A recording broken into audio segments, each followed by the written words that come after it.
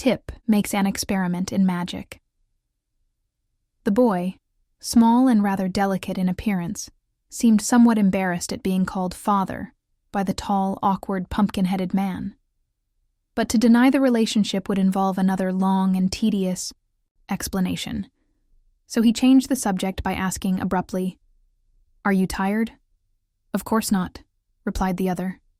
"But," he continued after a pause, "it is quite certain I shall wear out my wooden joints if I keep on walking."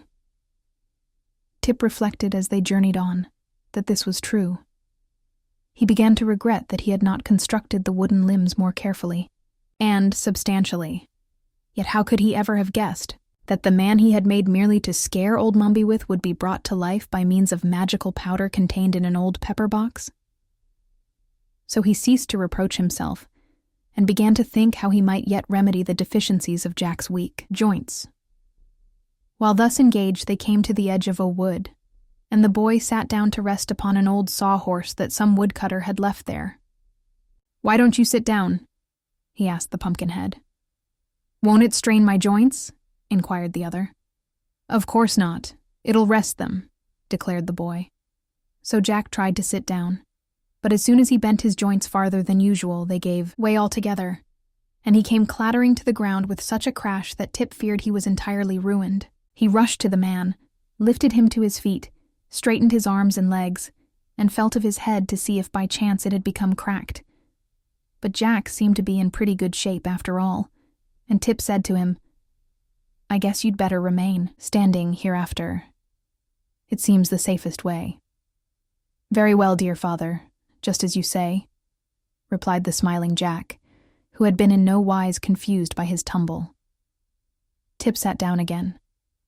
Presently the Pumpkinhead asked, "What is that thing you are sitting on?" "Oh, this is a horse," replied the boy carelessly. "What is a horse?"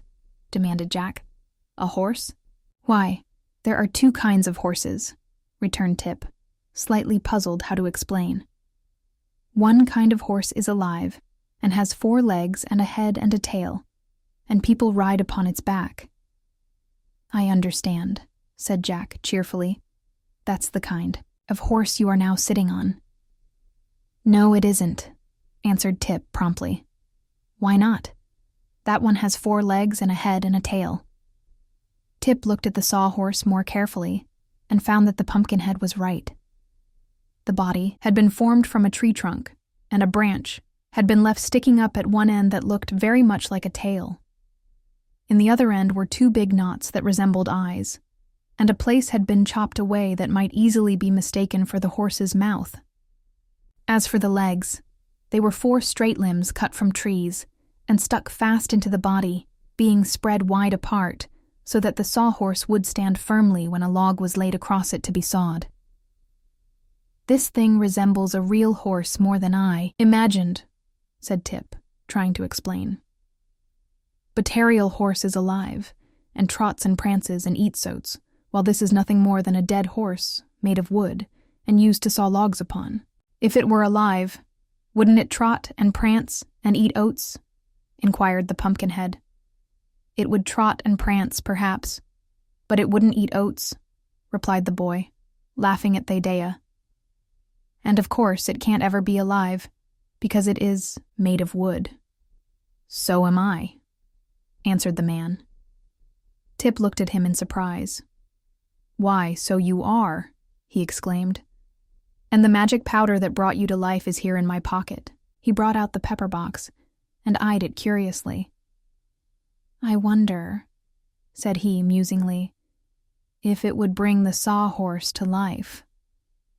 "If it would," returned Jack, calmly, for nothing seemed to surprise him. "I could ride on its back, and that would save my joints from wearing out." "I'll try it," cried the boy, jumping up. "But I wonder if I can remember the words old Mombi said and the way she held her hands up." He thought it over for a minute, and as he had watched carefully from the hedge every motion of the old witch, and listened to her words, he believed he could repeat exactly what she had said and done. So he began by sprinkling some of the magic powder of life from the pepper box upon the body of the sawhorse. Then he lifted his left hand, with the little finger pointing upward, and said, "Well." "What does that mean, dear father?" asked Jack curiously. "I don't know," answered Tip. Then he lifted his right hand, with the thumb pointing upward, and said, "T." "What's that, dear father?" inquired Jack.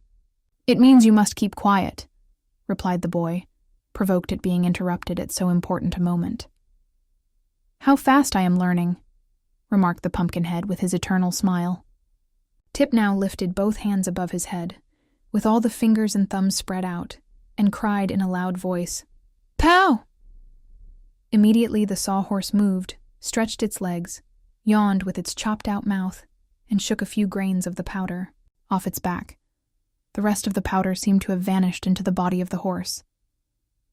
"Good," called Jack, while the boy looked on in astonishment.